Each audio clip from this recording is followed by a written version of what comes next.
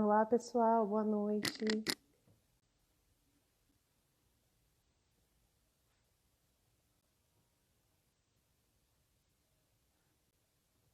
Boa noite.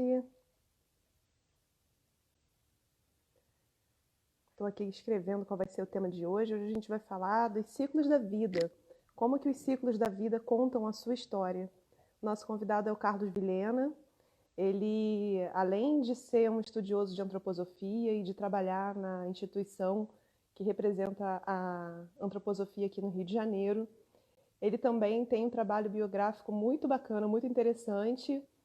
Eu assisti uma vez uma palestra com ele, achei muito bacana, e aí, agora aqui na série Vida Holística, eu acho que já tem tudo a ver esse convidado, porque realmente já é uma pessoa que trabalha nesse sentido de regenerar o planeta através do seu trabalho. Então, eu vou convidar o Carlos para entrar.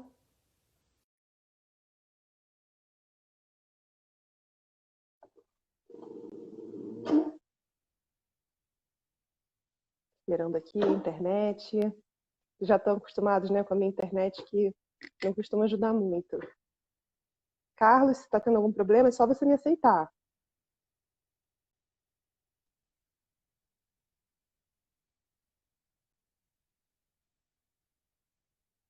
Ei, gente, boa noite. Já vou convidar o Carlos Vilhena. Carlos, está com algum problema para entrar? Qualquer coisa, comenta aqui.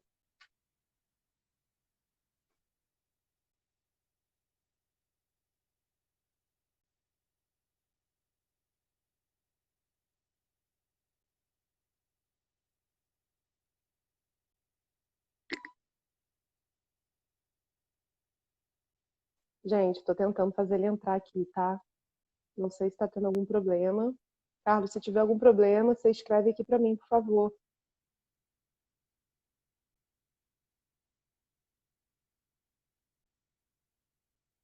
E aí, Tereza, bem-vinda. Bem-vinda a todo mundo aqui.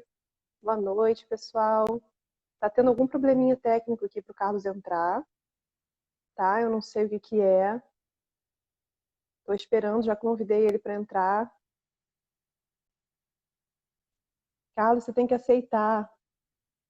Eu vou cancelar e vou te convidar de novo, tá bom? Fica de olho aí que vai aparecer notificação, você aceita.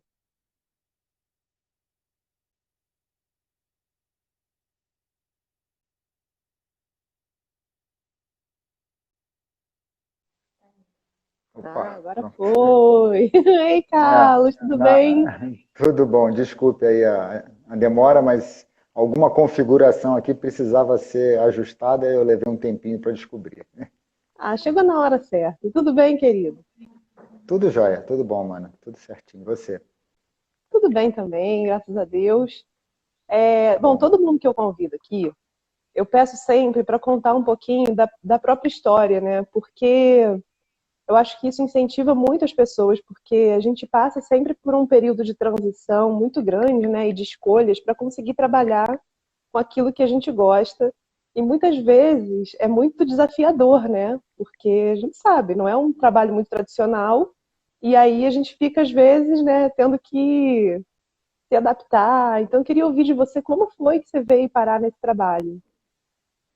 É, para um biógrafo falar da própria biografia é um prazer, né? É uma festa, né?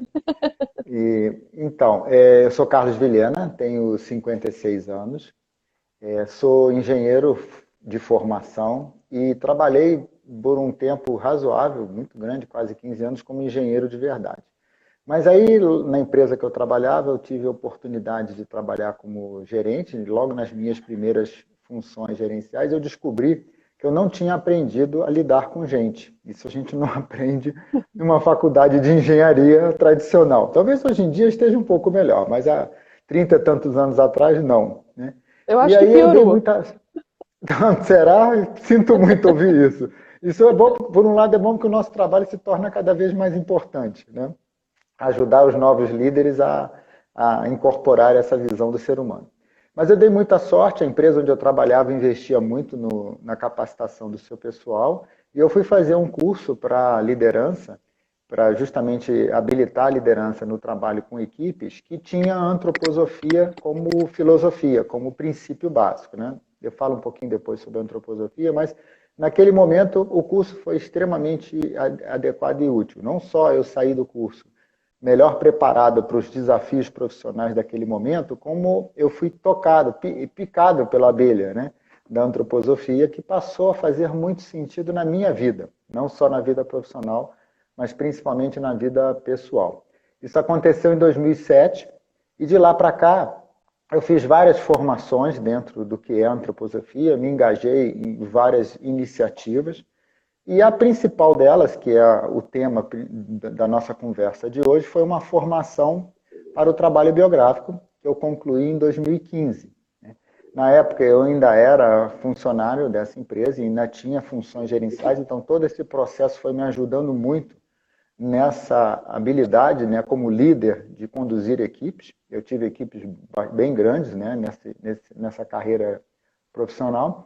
E, ao mesmo tempo, em paralelo, foi surgindo aquilo que, como você falou, é o que preenche, que aquece o meu coração hoje em termos de trabalho, de atividade profissional, que é trabalhar com a biografia humana, que é ajudar as pessoas a ampliarem o conhecimento de si e as perspectivas de se desenvolverem enquanto pessoas, a partir da sua própria história de vida, né? Conhecendo, ressignificando essa história de vida, e isso de uma maneira muito consciente. A gente trabalha com essa ampliação da consciência o tempo todo, para olhar o passado e para olhar o futuro, mas com os pés fincados sempre no presente. Então eu ganhei 2 presentes. Eu ganhei uma evolução profissional naquilo que eu fazia e ganhei uma evolução pessoal, que, já que a antroposofia passou a ser um princípio de vida para mim. Né? Então e aqui agora... eu estou hoje... vamos lá. Não, pode concluir. Não, então aqui eu estou hoje para falar um pouco dessa jornada e para falar também sobre o que é o trabalho biográfico e a biografia humana e autodesenvolvimento. Maravilha. Então, explica um pouquinho, porque tem gente que está assistindo que não sabe nem o que é antroposofia. Então, você explica para a gente um pouco quais são os princípios básicos, né? Assim, de onde saiu esse estudo antroposófico? Tá bom. A antroposofia, a gente pode dizer que é uma filosofia espiritual. Ela foi trazida por um filósofo austríaco chamado Rudolf Steiner, que viveu do final do século XIX até o início do século XX. E, segundo a própria definição do Steiner, a proposta da antroposofia é reunir num único corpo de conhecimento, num único princípio de vida, a ciência, da forma mais tradicional como a gente conhece, a arte, a filosofia e a espiritualidade. Então, ele é um conjunto amplo de conhecimentos, de visões sobre o ser humano e sobre o mundo, que se propõe a ajudar o ser humano a resolver ou responder às questões mais básicas e mais profundas, que falam da própria existência de cada um de nós, falam da existência do universo, falam da existência do cosmos e falam do que é esse mundo suprassensível, aquele mundo que a gente não consegue perceber com os sentidos físicos, mas que a gente, ao mesmo tempo, sabe que existe. Tem que existir algo além do que eu consigo tocar, do que eu consigo sentir e olhar, né, enxergar. Então a antroposofia vem para isso, e para mim ela fez muito sentido, porque ela se propõe a conectar o meu mundo interior, o meu microcosmos interior, com o macrocosmos exterior, num fluxo. Ao mesmo tempo que eu me conheço melhor como ser, eu entendo melhor o que está à minha volta, e quando eu vou buscar respostas no que está fora de mim, eu também aprendo mais sobre mim mesmo. Esse fluxo de troca fez muito sentido para mim desde que eu conheci a antroposofia. Né?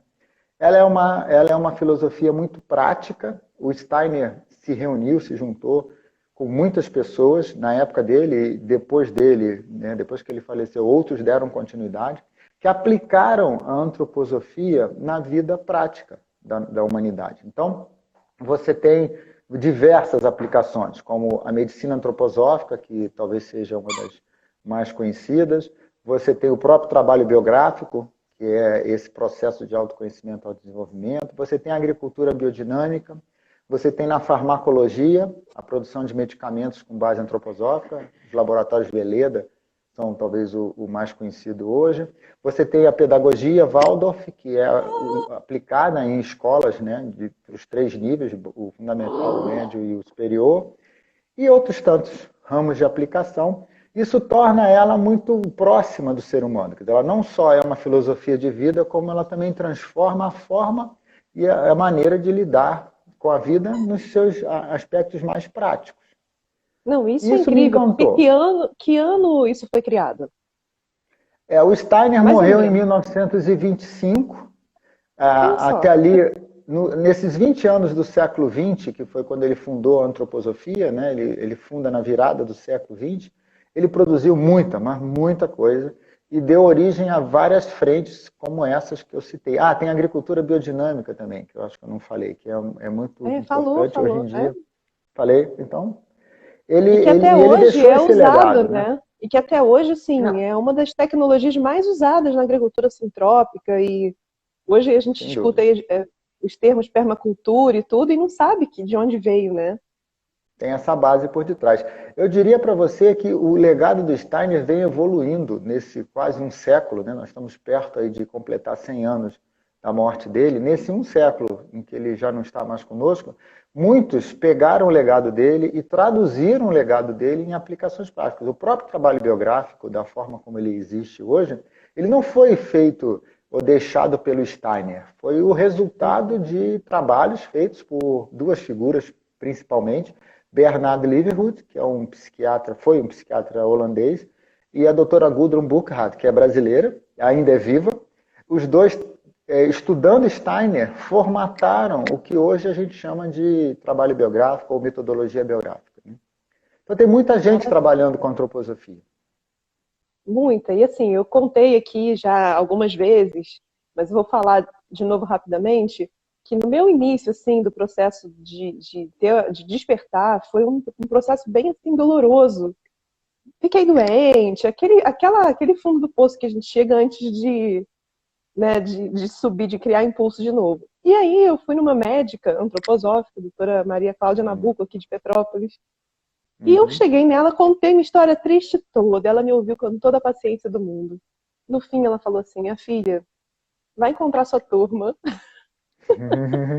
Cara, eu saí de lá com uma raiva, saí com muita raiva. E o cara, que absurdo, eu vou na médica pra ela falar isso pra mim e tal. E saí, mas fiquei com aquela sementinha na cabeça, né? Fiquei com aquilo na cabeça. E de fato, cara, eu sou uma pessoa completamente é, conectada, preciso de gente o tempo todo, sabe? O tempo todo não, eu gosto de ficar recolhida também. Mas eu gosto dessa coisa do contato com pessoas e era um momento que eu estava muito recolhida.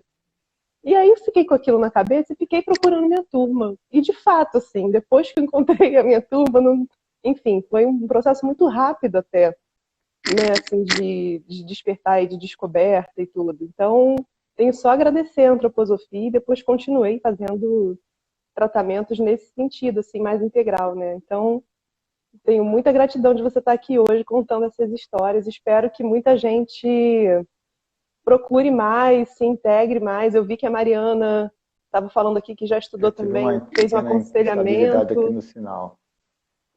Eu vi que tinha uma pessoa aqui, a Mariana, que falou que fez o aconselhamento biográfico e ela entrou aqui por acaso e adorou e tal. Então, muito bom, muito bem-vindo a todos que estão aqui.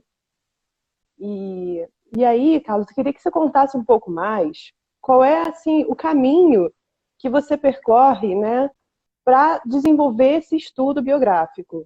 Porque na palestra que eu ouvi sua, você falou muito dos setênios. Tem a ver com isso?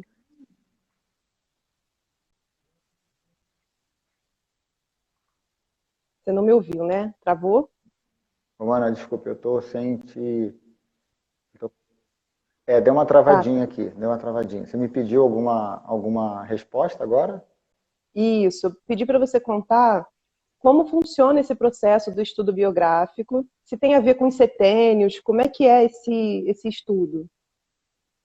Tá bom. Então, o trabalho biográfico, ele usa vários arquétipos ou leis biográficas, como foram chamadas, e uma das principais é essa estrutura em que nossa vida pode ser vista em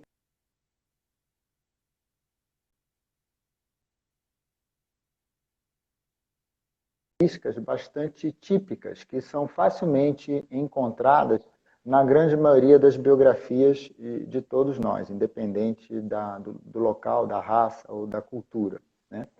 E essa estrutura, com essas características típicas a cada período, cada ciclo, cada setênio na nossa vida, ajudam muito nesse resgate, nesse processo de resgate, a trazer uma ressignificação, um novo significado sobre Carlos, você travou aqui. a individual. Essa Peraí, volta, por individualidade favor, se a última manifesta frase, em todos os aspectos Carlos. da nossa vida, inclusive a vivida. Oi, Gente, aqui desculpe. você travou para mim um pouco. Eu quero saber se travou para todo mundo, se vocês ouviram bem, porque para mim deu uma travada, eu não consegui ouvir o finalzinho. É. Gente, eu vou pedir então o seguinte, olha, eu vou fechar os comentários, vou esperar o Carlos explicar, porque quando fica com comentário trava mais. Aí eu vou bloquear um pouco os comentários, vou deixar ele explicar e eu abro de novo para vocês fazerem perguntas. Tá? Combinado? Pronto, Carlos, eu tirei os comentários, vamos ver se melhora o seu sinal. Tá bom, tá bom. Desculpa, eu vou pedir para você explicar de novo um pouquinho, porque travou. Não tem problema, eu volto um pouquinho. Então, o trabalho biográfico, ou a metodologia biográfica, ela utiliza princípios e leis biográficas, ou arquétipos biográficos, que são os elementos fundamentais dessa visão ampliada da sua história de vida.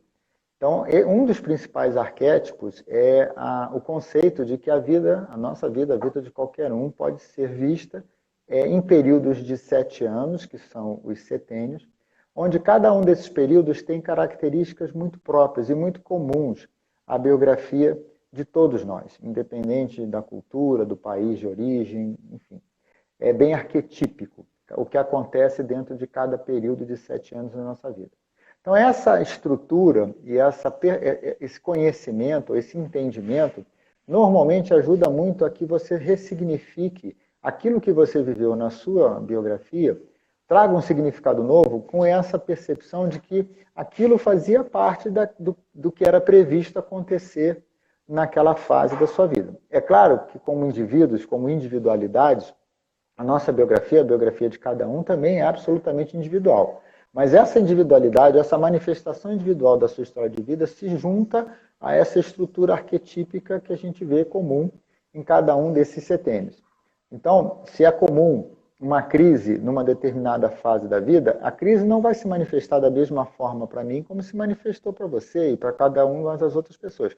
Mas ter uma crise com determinados elementos naquele período faz parte do que é o arquétipo daquele setênio. E ao entender isso, eu percebo que não é um castigo. Aquilo que aconteceu não é um castigo, não foi só comigo. Aquilo faz parte de um processo de evolução que todos nós, seres humanos, temos que trilhar aqui, né? Então, é uma etapa, é um conteúdo muito significativo que ajuda muito nessa percepção, nesse novo olhar sobre a sua história de vida. Tem uma outra característica do trabalho biográfico que, em geral, ajuda e complementa outros processos de autoconhecimento, que é essa visão panorâmica. Quando você olha a sua história de vida, né, como um filme e se distancia um pouco desse filme para que você consiga ver o todo e não se aprofunde especificamente em alguns detalhes, muitas vezes padrões se revelam, padrões de repetição. Muitas vezes conexões se apresentam, conexões que antes não estavam visíveis quando você tentava enxergar ou entender determinada situação, aprofundando, mergulhando apenas naquela situação. Então, também essa visão panorâmica, e por isso o trabalho é chamado de panorama biográfico, ajuda a novos entendimentos e novos significados. E a gente é muito auxiliado pelo lúdico, a gente trabalha muito com imagens, pinturas, desenhos, às vezes modelagem de situações que representam fases da vida e que às vezes revelam muito mais do que a intenção que estava colocada ao se fazer aquela determinada imagem. E aí inspirações ou percepções novas aparecem com essa percepção, com o sentir das cores, com o sentir das formas, com a imagem que foi trazida como um símbolo, um representante daquele período. Então, são várias maneiras de se trabalhar a nossa alma, muito consciente, é um trabalho consciente, mas que também se recorre ou se utiliza de recursos lúdicos para que aquilo que não está tão explícito na consciência se revele e traga novas reflexões e novos entendimentos. É maravilhoso isso que você falou, mas eu tenho assim uma dúvida, tá? Eu não sei nada além do que eu já ouvi de você e das coisas que eu li do conteúdo que você me mandou. Então, eu vou fazer essas perguntas porque eu acho que ressoa muito também com o público que está assistindo, que deve ter dúvidas muito próximas. Que é o seguinte, né? O primeiro setênio da nossa vida é onde muitas coisas são decisivas na personalidade das pessoas, né? De cada indivíduo. Uhum. Nesse primeiro setênio, essa análise biográfica ela é diferente? É analisada, sei lá, mês a mês, ano a ano? Como que funciona? Não. Na realidade, a manifestação da nossa personalidade, eu vou fazer um parênteses aqui, a nossa personalidade também é única como é a nossa individualidade. E ela é o que nós somos em termos de personalidade, ou seja, a forma como a gente lida com o mundo, reage e age no mundo, e lida consigo próprio, que é o que eu estou chamando aqui de personalidade, né? Ela é absolutamente única e ela é uma manifestação dessa individualidade, desse eu espiritual que está chegando e encarnando no corpo, principalmente no início da nossa vida. Então, ela não se manifesta só no primeiro setênio. O processo de manifestação e de consolidação da personalidade, eu diria para você que dura pelo menos até o final do quarto setênio, até os 28 anos. Tá? Mas o que acontece no primeiro setênio, você tem razão, é absolutamente decisivo para influenciar essa personalidade e outros aspectos do seu ser para o resto da sua vida. Mas só que é um setênio em que a gente aprende muito por imitação. A criança, até os 6, 7 anos, né, o marco do final do primeiro setênio não é nem tanto a idade, mas sim o final da troca dos dentes de leite. É um marco, é um arquétipo muito significativo na biografia de todos nós, esse momento. Né? Então, até esse ponto, a gente tem uma consciência ainda muito pequena. O processo encarnatório está se desenvolvendo. A criança, quando nasce, não tem consciência nenhuma. Senão a gente teria lembranças de como foi o parto. E a gente não lembra, graças a Deus. Mas essa consciência vai acontecer lá para os 3 anos, quando a gente pela primeira vez fala eu. E não mais se chama pelo nome. Né? Quando eu falo eu, quando eu falo não, eu estou de fato manifestando a percepção de que eu sou um ser inseparado do resto do mundo. Então, essa consciência que começa aí por volta dos 3, vai crescendo e ela passa dos 7 anos, ela passa do primeiro setênio. Então, por conta de uma consciência ainda muito relativa, a gente aprende no primeiro setênio muito por imitação. E essa imitação fica muitas vezes gravada no seu subconsciente ou num nível muito profundo da sua alma, ao ponto de você levar isso para o resto da vida como se fosse de fato algo seu. E muitas vezes não é algo seu, mas sim algo que você aprendeu por imitação no contexto de vida que você viveu esse primeiro setênio. Então, é um processo bastante complexo, a manifestação e a consolidação da personalidade. Ela vai além do primeiro setênio, né? Voltando aí à sua pergunta. Mas sim, nesse primeiro setênio é muito importante o que é vivido por conta desse aprendizado inconsciente por imitação. E quando a gente vai olhar o primeiro setênio, a gente procura entender, perceber, não só o que é lembrado pela pessoa da sua história de vida, mas sim também o contexto de vida, a família, o início da escola, se houve creche, se houve outros parentes, enfim, qual foi o contexto, o ninho. A gente usa a imagem do ninho para tentar perceber como era esse ambiente da família núcleo. Enfim, aspectos que estão além do que é efetivamente uma lembrança, e sim conhecimentos trazidos por parentes, por histórias contadas, que muitas vezes falam de aspectos importantes da biografia, ou que ficaram gravados na biografia, na alma da pessoa, e influenciam o resto da vida. Tá? Então, é um olhar diferente. A gente não se preocupa nem tanto com a cronologia nesse primeiro setênio, não é mês a mês, ao contrário do que você falou, mas é capturar essa imagem, esse contexto. E o ninho, a família expandida e até o início da escola são os ambientes em que normalmente a gente consegue pegar os elementos mais relevantes que influenciam o resto da vida toda. Maravilha. Outra dúvida que eu tenho, e aí eu vou fazer essa pergunta e depois eu vou abrir o comentário de novo aqui para as pessoas fazerem perguntas, tá, gente? Então pensem na pergunta aí de uma maneira bem clara, para quando eu abrir, eu conseguir salvar aqui para não ficar travando o vídeo do carro. Tenho, assim, uma pergunta que é, por exemplo, você faz o estudo biográfico de pessoas, por exemplo, se eu quiser fazer o meu estudo, você faz isso, você me atenderia? E uma segunda coisa, você dá curso? A gente pode aprender a fazer isso? Sim. Os ciclos da vida, eu faço parte, como eu falei, de alguns movimentos dentro da antroposofia, né? O grupo Ciclos da Vida é o grupo em que, junto com duas amigas, nós fazemos trabalhos biográficos em grupos ou individuais. E aí o que é isso? É a gente ajudar a suportar o processo em que os nossos clientes vão fazer esse resgate da sua própria história de vida, vão tirar um significado novo dessa história vivida para quem eles são hoje, no momento presente, e vão olhar para o futuro, projetar uma imagem inspiradora para o futuro e tomar decisões de como chegar lá. Essa é a essência do trabalho biográfico que a gente aplica no grupo Ciclos da Vida. Agora, nós também, nós três, né, eu, a Heloísa Oliveira e a Mônica Mota, que somos os Ciclos da Vida, junto com outros amigos, montamos uma escola de formação biográfica no Rio de Janeiro, que se chama Trinos.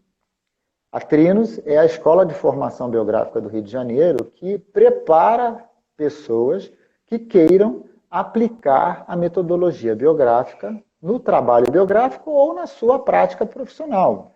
A metodologia biográfica é muito usada por profissionais de diversas áreas. Médicos, professores, profissionais que lidam com pessoas de alguma forma, aprendem muito, entendem melhor os processos individuais e coletivos que envolvem os seres humanos e daí podem aplicar isso na sua atividade profissional. Então, uma formação biográfica habilita, sim, pessoas a fazerem o trabalho que eu faço hoje com a Mônica e com a Heloísa nos Ciclos da Vida e também qualquer outra aplicação que faça sentido no lidar com pessoas. São duas iniciativas complementares, né? Então, é possível aprender a fazer, sim, basta frequentar uma escola de formação biográfica, a Trinos e a do Rio de Janeiro, ou é possível vivenciar o processo, por exemplo, fazendo um trabalho conosco nos Ciclos da Vida. Tá. Para eu fazer um curso de formação, eu tenho algum pré-requisito? Eu tenho que ter conhecimento em antroposofia? Não tem nada a ver? É indicado? Tem que saber escrever? Como é que funciona? A gente tem alguns requisitos que não são absolutamente rígidos, mas são indicativos, né? Então, por exemplo, é importante que a pessoa tenha uma idade que seja, no mínimo, em torno de 28 anos. Por quê? Porque é aquilo que eu falei, até os 28 anos, a nossa personalidade ainda está no processo de consolidação. Então, minimamente, com 28 anos, você já tem autonomia, vamos dizer assim, suficiente para, inclusive, buscar um conhecimento dessa forma. Já tivemos pessoas com menos de 28 anos? Sim, porque às vezes, como eu falei, a história de vida é muito individual. E às vezes você vê pessoas mais jovens, mas com um anseio, com um impulso, com uma experiência que você fala, nossa, essa alma já veio com alguma bagagem prévia, então vale a pena investir, sim. Mas é um requisito básico ter por volta de 28 anos, no mínimo isso. É recomendado que tenha um nível superior, um grau de instrução, né, razoável, porque a pessoa tem que ler muito, tem que estudar muito, ou seja, tem que ser uma pessoa que tenha tido acesso a uma formação, né? E basicamente isso. Não precisa conhecimento prévio de antroposofia, é recomendado, mas não precisa, porque, na verdade, o que vai ser apresentado na formação são os conteúdos antroposóficos necessários para as práticas biográficas. Então, vai ser tudo apresentado. É claro que se você já viu aquilo uma vez, ou duas, ou três vezes, ver de novo sobre a ótica do trabalho biográfico aprofunda o conhecimento. Então, normalmente, quem chega na formação biográfica já teve alguma iniciação em alguma outra formação em antroposofia, mas não é pré-requisito. Vai ter que estudar mais, né? Mas é uma formação muito, muito profunda, porque talvez tenha um pré-requisito a mais que eu não lembrei. Você precisa estar disposto a se conhecer, a aprofundar o seu autoconhecimento, porque essa é a condição sine qua non. Quem não quer viver o processo profundo de autoconhecimento não vá fazer uma formação biográfica. Porque essa é a entrega absolutamente necessária e única para todos. O resto vem como complemento. Então, resumindo, né? Você precisa querer muito se conhecer, né? Trilhar esse caminho e estar disposto a estudar bastante. Maravilha. O que eu acho assim muito rico na antroposofia é essa generosidade de ver todos nós como seres que vamos passar por desafios e é olhar para esses desafios de uma maneira mais leve, né? Assim, todos Uhum. os seres vivos passam por esses ciclos. E assim, a gente agora está vivendo aí uma um grande fervilhar de ferramentas de autoconhecimento que muitas vezes querem abafar o sentimento, né? Abafar esse processo que faz parte do ser humano, né? De autoconhecimento, de descoberta, que às vezes dói um pouco, não tem, né? Enfim, É é inerente ao inevitável. ser humano. Sentir dor, sentir tristeza, sentir alegria, e aí eu acho que isso que enriquece a gente enquanto pessoas, né? Um dos nossos princípios básicos é que as crises são oportunidades. Não dá para crescer não dá para viver sem crise. A crise mais arquetípica que a gente tem e comum à biografia de todos nós é o nascimento. Dá para imaginar quão traumático não deve ter sido aquela transformação, aquela mudança que acontece, né, de sairmos de um ambiente com a temperatura controlada, sem gravidade, sem necessidade nem de respirar, e de uma hora para outra você está num mundo, que é esse mundo aqui, como um ser independente da sua mãe, né? Essa crise, ela é absolutamente necessária, mas é absolutamente transformadora. Então, se a gente olha todas as outras crises da nossa vida com essa mesma perspectiva, a gente vai querer mais é ter crise, né? Porque é isso que vai levar a gente à vida. Eu não posso falar porque eu já tive assim um vício grande em desafio. Então, eu prefiro nem comentar, entendeu? Porque cada vez que eu falo isso, o universo manda um novo. Não, só Então, menos, né? por enquanto tá bom, por enquanto tá bom. Deixa eu ver Que aqui, a bom. Mara comentou: estou grata, acho que me enquadro nessa situação de aprender a conviver com pessoas. Agradeço ao Carlos pelo convite e confesso que desconhecia totalmente a antroposofia. Pessoal, abri agora de novo os comentários. Quem quiser mandar pergunta, manda aqui. Tá? Boa noite. Bom, tá, então assim, mandem as perguntas agora, porque eu vou fechar os comentários de novo para não ficar travando. Enquanto você vai lendo aí, eu vou aproveitar então para falar de mais uma iniciativa, que é essa eu sou voluntário, que é a Associação Brasileira de Medicina Antroposófica do Rio de Janeiro, que dá cursos de antroposofia. Então, quem quiser, tem mais uma oportunidade de conhecer a antroposofia através do site da ABMA-RJ. Tá, depois você me manda que essa live vai ficar salva e eu coloco todas as orientações ali na descrição para as pessoas acessarem. Ótimo. Uma dica de um livro para quem quiser saber mais, aquele que não pode perder, assim, que, né, tem que começar por ele. Então tá. O livro básico do trabalho biográfico se chama Tomar a Vida nas Próprias Mãos. Ele é um livro da doutora Gudrun Burkhardt, que é essa personalidade, essa brasileira que junto, né, com o psiquiatra holandês Bernard Lieveld formataram a metodologia biográfica no mundo, não só no Brasil, no mundo. Então leiam, Tomar a Vida nas Próprias Mãos, é da editora Antroposófica. Maravilha. Os cursos, tem vários tipos de curso, né? Porque o pessoal está perguntando quanto tempo dura o curso. Se for o curso de formação para trabalho biográfico, quanto tempo? Tá? A formação biográfica é um curso de 13 módulos, num ritmo de 4 módulos por ano. Dá 3 anos e meio de formação na Escola do Rio de Janeiro. Tá? É um curso longo e precisa ser longo. Ele é um processo, como eu falei, de autoconhecimento muito profundo. Um trabalho biográfico, desses que a gente oferece hoje, hoje, inclusive, a gente está com formato virtual, tá? Com essa situação de isolamento, a gente transformou o trabalho biográfico que era presencial para o trabalho virtual. Nós encerramos agora o primeiro grupo e nesse formato são 5 encontros semanais, um por semana, né? São 5 semanas, um encontro por semana, cada encontro de 2 horas e meia. Então são 5 semanas de trabalho, 2 horas e meia por encontro, e esses grupos se formam periodicamente. Nós temos no Ciclos da Vida um novo grupo iniciando na semana que vem. Depois eu te mando esses detalhes, ou então as pessoas podem ir no nosso site, que lá tem mais detalhes, né? Isso. Depois você me manda os sites que eu coloco na descrição e aí o pessoal Claro, pode acessar para ver direitinho. E com nesses certeza. cursos da escola antroposófica, porque muita gente associa à medicina. Você tem que ser médico, tem que ser da área de saúde para poder fazer? Não, o curso ele tem 2 anos de duração para quem é médico, mas o primeiro ano é um curso básico, é um ano inteiro de um curso básico em antroposofia que é aberto para profissionais ou pessoas de qualquer área. Então, o primeiro ano é aberto a todos e ele é complementado para quem é médico pelo segundo ano. Tá, maravilha. Tem um comentário aqui.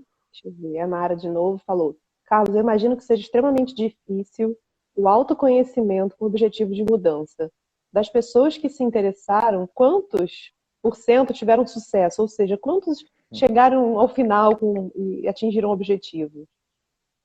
Bom, os ciclos da vida, né, nesses trabalhos biográficos, acho que a gente já atendeu, já ajudou mais de 170 pessoas nos 19 grupos que a gente conduziu desde 2015, né? Olha, eu vou dizer para você que eu só lembro de uma pessoa que aparentemente não atingiu os resultados.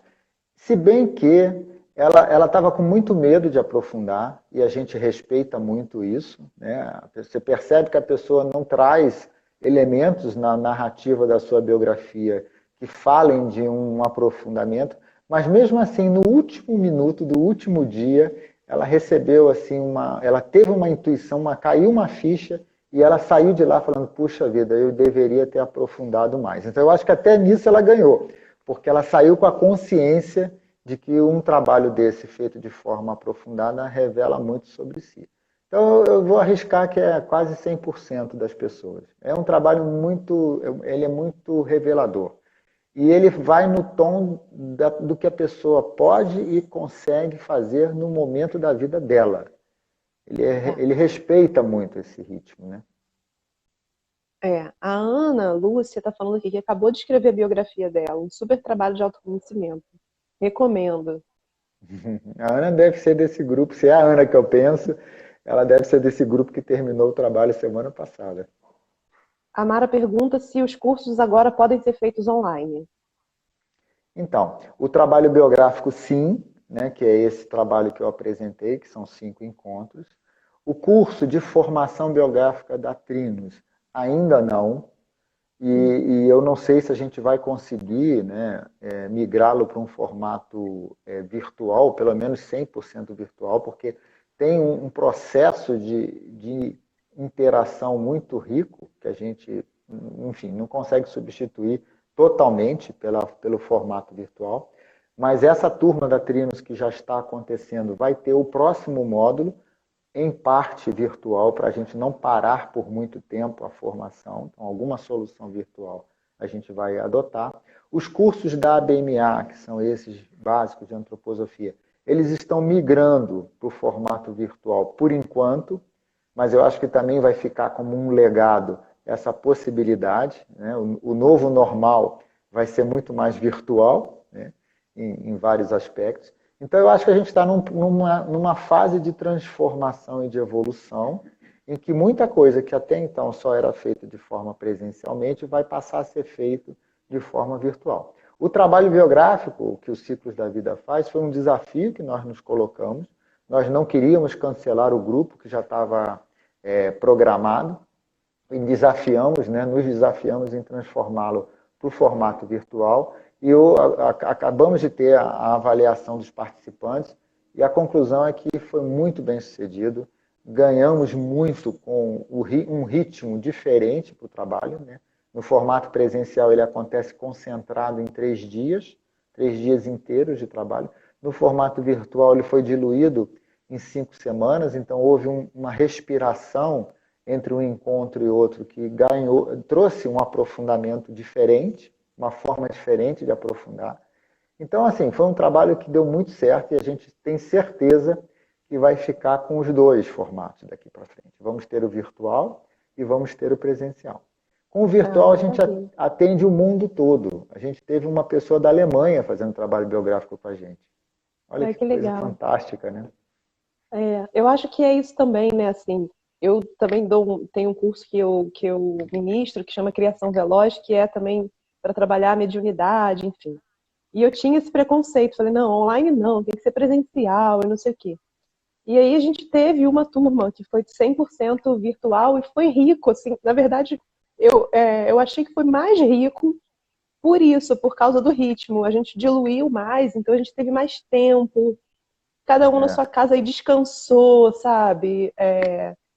Enfim, acho que tem A gente realmente faz esse lado bom atividades também. artísticas. Como eu te falei, a gente usa atividades artísticas, né? E não teve nenhum problema a atividade artística ser feita individualmente, na casa de cada um, no tempo de cada um. Foi perfeito. Foi tão rico e talvez até mais profundo, porque a pessoa às vezes voltava, mexia no desenho de novo, tinha um sonho, trazia um elemento novo. Você via que a criação ela era mais rica em elementos, em detalhes. Então, foi excelente. A experiência se mostrou super válida e veio para ficar. Que bom. Bom, tem uma pergunta aqui sobre o custo do curso. Se você não quiser falar, a gente pode também, né, deixar que a pessoa entre depois em contato. Enfim, fica livre para responder ou para pedir. Não tem nenhum problema, não. Eu vou falar sempre dos dois formatos, né? O trabalho biográfico, que é esse encontro que os Ciclos da Vida está promovendo, esse processo em 5 encontros. Hoje, esse trabalho virtual, a gente cobra R$ 980. Esses detalhes estão no nosso site, né? No site dos Ciclos da Vida. E no caso da Trinos, que é uma formação muito longa, né? Ela custa mais ou menos, eu vou dar um número macro, ela está custando ao longo dos 3 anos e meio algo equivalente a R$ 40 mil. Mas são 3 anos e meio de formação, né? Então a pessoa faz uma conta mais ou menos com essa base. É apenas uma referência, ordem de grandeza, mas é desse tamanho, né? A proporção. Agora, os movimentos antroposóficos, eles utilizam um princípio que a gente chama de fraternidade econômica. Eu não sei se você já teve experiência de participar de alguma comunidade que se reúne em torno de um princípio, de um objetivo comum, e às vezes as pessoas têm o mesmo impulso, mas condições financeiras diferentes de participar desse impulso. E esses grupos que praticam a fraternidade econômica, muitas vezes eles se sustentam. Quem pode paga um pouco mais, para que os que não podem tanto participem da mesma forma. Então, isso é muito comum, tá? Eu nunca vi ninguém deixar de fazer nada na antroposofia por falta de dinheiro.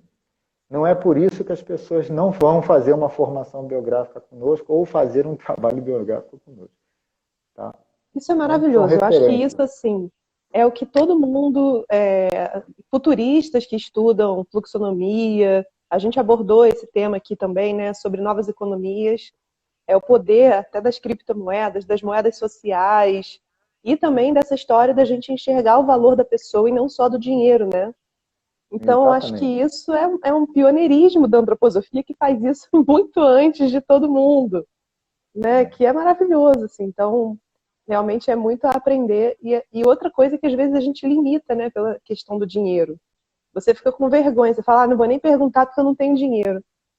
Assim, eu acho que eu sempre falo isso aqui. Eu sempre fiz tudo na vida e nunca fiquei pensando se eu tinha dinheiro ou não para fazer, e geralmente eu não tinha. Então, você coloca mesmo a intenção na coisa, né? Exatamente. Que o universo dá um jeito. E pergunta, porque normalmente a resposta é boa. Né? Isso aí.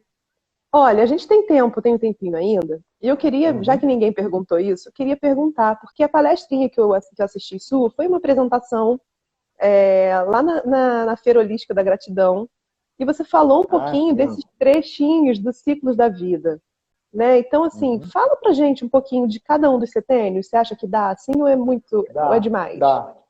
Dá, não, tem aquela imagem que provavelmente eu compartilhei com você e com quem estava lá nessa feira, que são as estações do ano. A nossa vida, né, pode ser vista nesse paralelo, nessa imagem das 4 estações do ano. Então, a primavera, que é a primeira estação da nossa vida, ela representa, como imagem, os primeiros 21 anos da nossa vida. São os 3 primeiros setênios, né, 3 vezes 7, 21. Essa é a fase que, tal qual na natureza, quando entra na primavera, é uma fase de muita transformação. Transformação no que é físico, mas também transformação no que é na alma. Se você compara o corpo físico e a alma de uma jovem ou de um jovem de 28, 21 anos com o que ele era quando nasceu, tanto no físico quanto na alma, a transformação é incrível, é impressionante. E é uma fase que claramente é uma fase de aprendizado e de preparação para o resto da vida, tal qual a primavera. Na sequência da primavera vem o verão, que corresponde à nossa vida dos 21 aos 42 anos, o quarto, o quinto e o sexto setênio. É a fase em que a gente tem a máxima encarnação, se a gente pensar no espírito encarnado no nosso corpo. É a fase da máxima energia, e é a fase em que a gente, como adulto, vai para o mundo para lutar. Lutar pelo quê? Lutar para encontrar o seu lugar no mundo, para conquistar esse lugar no mundo e para consolidar esse lugar no mundo. Se você olhar como a sua vida está por volta dos 42 anos e compara como ela era com 21 anos, você vai ver o quanto que você construiu, aprendeu, conquistou nessa fase do verão na nossa vida. E na natureza é a mesma coisa. No final do verão, os frutos já estão amadurecendo, quase prontos para serem colhidos. Foram construídos, né, e cresceram ao longo desse período. E aí a gente, depois do verão, entra no outono. Na nossa vida, o outono vai dos 42 aos 50, 42, 63 anos. Né? Então, é o sétimo, oitavo e nono setênios. Né? É a fase, mas é uma fase assim, ainda de muita energia, né, tal qual na natureza. O outono ainda tem muito sol, mas é a fase em que os frutos precisam ser colhidos e devolvidos para trazer benefícios para o resto do mundo. É uma fase de muita doação, é uma fase em que a gente ainda produz muito na nossa vida, mas já produz pensando em compartilhar. E feliz daquele que entra nessa onda, nessa vibe do dar mais do que receber. Porque até os 42 recebeu muito da vida para chegar lá. Daí para frente você tem a possibilidade de começar a doar mais do que você recebe, para que no final essa conta corrente termine favorável, né? Dando mais do que recebi. E aí com os 63 anos é como se a gente nascesse de novo. Se a gente olhar o período em setênios, são 9 setênios do nascimento aos 63 anos. São 9 meses, entre aspas, de gestação para uma nova vida.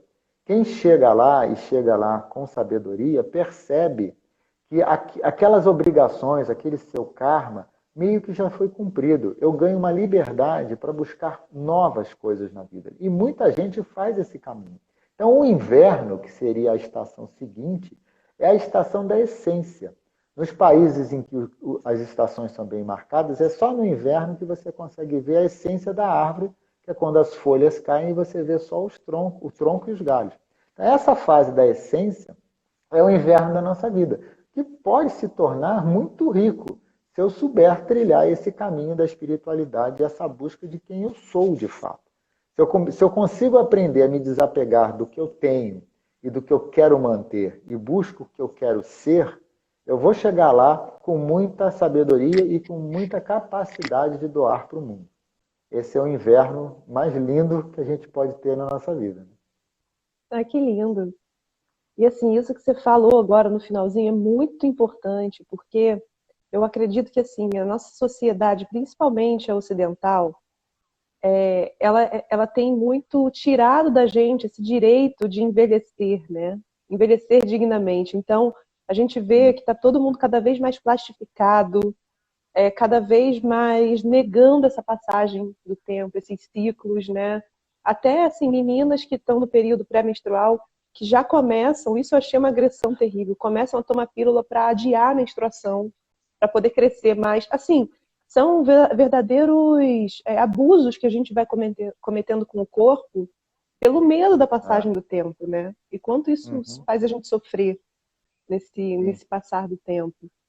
E eu acho que, de uma certa forma, os homens eles têm uma certa vantagem nisso. Porque a gente vê aí até em filmes, né, homens mais velhos com aparência de mais maduros e as mulheres não. A Uhum. gente vê que eles sempre contracenam com mulheres jovens ou com mulheres que não têm a mesma aparência da idade que se apresentam, né? Então, É. se foi só uma observação, né, que eu acho que a gente tem que repensar nisso em algum momento, porque é muito sofrimento social Uhum. isso. A gente, Deixa eu ver. você falando de homem e mulher, eu lembrei aqui de uma imagem muito interessante na antroposofia. Na antroposofia, aqueles que são do gênero masculino têm uma alma feminina e as pessoas que são do gênero feminino têm uma alma masculina. Então, no físico, os homens ou aqueles do gênero masculino podem até envelhecer mais devagar. Mas se eles não cuidarem da alma feminina deles, ela vai virar aquela bruxa lá no final da vida que vai acabar com a vida dele.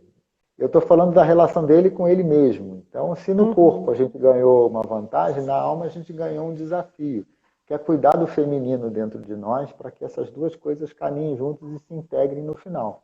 E a gente consiga ser, de fato, né, pleno. Então, tem equilíbrio em tudo. Você pode procurar que você vai achar. Eu acho que todo mundo tem que encontrar, assim, todos esses dias aí, com esses bate-papos que eu venho fazendo. Um dia foi um xamã, outro dia foi uma estudiosa, ela é doutora em sociedades matrifocais. E aí, toda essa história que a gente vem contando aqui nessas lives, nesses dias, falam sobre esse resgate e o equilíbrio, né, da nossa força feminina e masculina que todo mundo tem. Sim. Então, tem que ter esse equilíbrio, né? E eu acredito muito que o estudo de si, através da biografia, pode trazer muito essas clarezas também, né?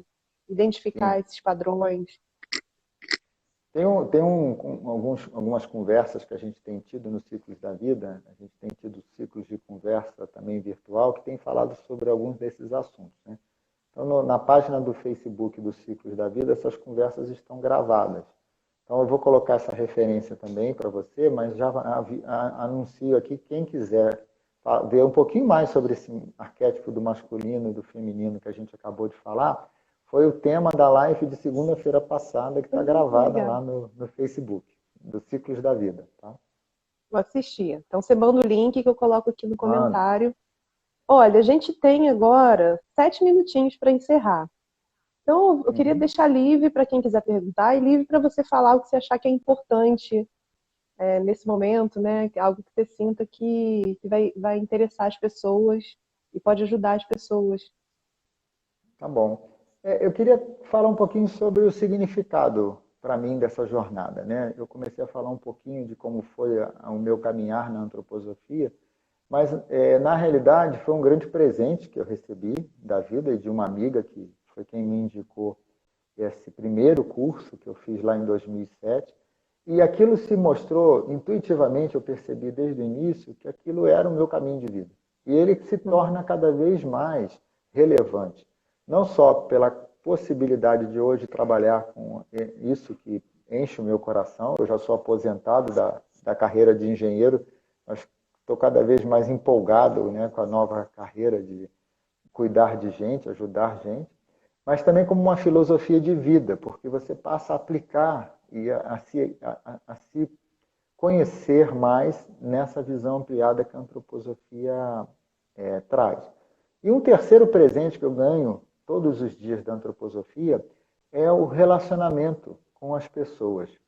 Muitos amigos, eu fiz muitos amigos novos nessa fase da minha vida mais madura, dos 45 para frente, nesse âmbito, nesse circuito, nesse círculo da antroposofia. Tem muita gente, não é só antroposofia, mas enfim, Tem muita gente querendo fazer coisas boas para o mundo. E quando você vai para um lugar desse, seja antroposofia, seja qualquer outro princípio que use essa lógica como diretriz, você vai conhecer gente também com esse princípio. Você sintoniza com essas pessoas. E é muito bom você estar cercado de pessoas amigas, ou que se tornam amigas, a partir do compartilhar desse tipo de ponto de vista, desse tipo de meta de vida. Então, eu recomendo muito, para quem tiver esse anseio no seu coração, que busque um caminho desse. Com certeza você vai ser mais feliz consigo e você vai ter mais felicidade com os outros. Você vai se cercar de pessoas que vão te alimentar a alma com essa amizade. Né? Então, acho que era um algo a mais que a antroposofia me permitiu, que eu gostaria de deixar aqui como contribuição para vocês. Tá? É maravilhoso e tem a ver com o que a doutora Maria Cláudia falou para mim, né? Vai encontrar sua turma. Exatamente, exatamente. Vai encontrar sua turma. Isso. É, Seja ela porque qual essas for, né? É isso, porque essas conexões, elas engrandecem a gente, né? Dão alegria para a alma. Eu acredito muito que o próprio propósito da vida é essa experiência, né? Com o outro, Uhum, consigo, e ver alegria nesse dia a dia, né? Porque tem sem várias dúvida. perguntas aqui perguntando, né? A gente consegue encontrar o nosso propósito fazendo um estudo biográfico? Com certeza. Assim, eu Com queria certeza. falar até isso, assim, né? O que é esse propósito que todo mundo fala agora, como se você tivesse nascido com uma missão encaixotada, né? Nasci para fazer Uhum, isso. Eu acho que todo mundo nasceu para ser feliz, né? Encontrar essa felicidade todos os dias. E sim, situações que você possa desenvolver esse altruísmo e essa gratidão diariamente, né? Mas, enfim, isso. responde a pergunta dela se através do trabalho biográfico é possível achar o propósito. Sim, é possível achar o propósito e o mais importante, é possível achar o caminho para que esse propósito vá evoluindo junto com você. Porque é o que você falou, é uma resposta, é uma pergunta que tem uma resposta a cada dia. E essa resposta pode mudar e evoluir mesmo. O propósito de vida para quem está numa fase da vida é diferente do propósito de vida numa fase seguinte. E se você consegue enxergar isso como um fio que se conecta e que vai construindo essa jornada, esse caminho, né, o propósito passa a ser viver esse caminho, seguir esse caminho. Né? Eu tive a oportunidade de fazer o caminho de Santiago de Compostela há 6 anos atrás. Né? E uma das reflexões mais biográficas que eu tive lá foi justamente esse. Há de se caminhar todos os dias. Isso é uma verdadeira parábola da vida. Você não para de caminhar nunca. E o prazer e a felicidade está no caminhar, com descobertas a cada passo, a cada dia, a cada jornada, a cada etapa. Então, o propósito da sua vida vai se revelando. E você entender isso sob a luz da vida vivida, desses arquétipos, uma metodologia que te amplia a consciência, sem dúvida nenhuma vai te trazer muito mais tranquilidade no coração nessa jornada. Isso não tem Ai, dúvida. gratidão. Hum.